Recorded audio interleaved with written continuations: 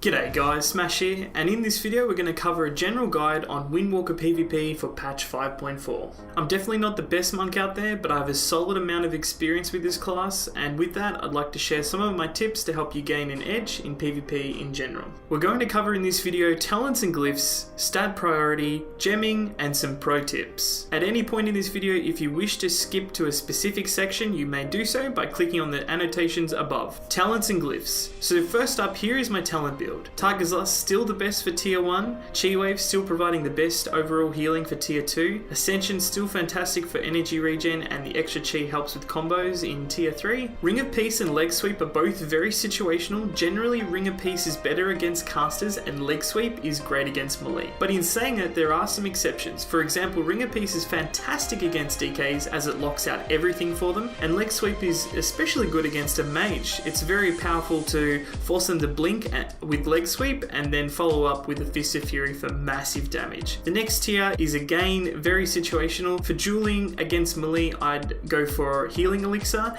or Diffuse Magic against casters. The final tier is a toss-up between Tiger or the Jade Wind. I've been doing a lot of testing with Jade Wind and found that it's extremely useful. It's great for massive bursts and things like that. With a recent change to our pet, it now does AoE damage, so it can be a little risky because it breaks CCs and everything, but you can still control the pet with a new pet bar, so I recommend trying out both and seeing what works best for you. For glyphs, here's my glyphs that I use and recommend for Windwalker PvP. Glyph of Paralysis, hugely important to ensure that your CC does go off and it isn't broken by any dots. Glyph of Touch of Karma, massively important as the default range is not enough. This glyph has saved me from dying hundreds of times. And finally, the Touch of Death, massively useful for killing classes that just don't seem to die, like warriors popping shield wall and their healing, etc. etc. Now onto the stat priority. The monk stat priority is as followed: melee hit to 3%, expertise to 3% plus. Then you go for agility, crit, mastery, and then haste. The hit cap is very important and expertise is extremely important. You get to 3% at least. This is because it ensures casters don't parry things like kick. Now onto the gemming for your Windwalker. For meta gems, I recommend using Agile Primal Diamond or the Tyrannical Primal Diamond. For prismatic slots, go for Delicate Primordial Ruby. For blue, go for Assassin's Imperial Amethyst or the Glinting Imperial Amethyst, depending on what you need. For red, go for Delicate Primordial Ruby, and for yellow, go for Deadly Vermilion Onyx or the Piercing Wild Jade. Now onto a few special tips to help you gain an edge with your Windwalker play. Teleport with your clone. We all know that you can teleport and you should be using it as often as possible, as it's extremely helpful in all aspects of PvP. But did you know that if you have a clone out and you use teleport, you'll teleport to your clone instead? There are various creative uses for this, as you can imagine.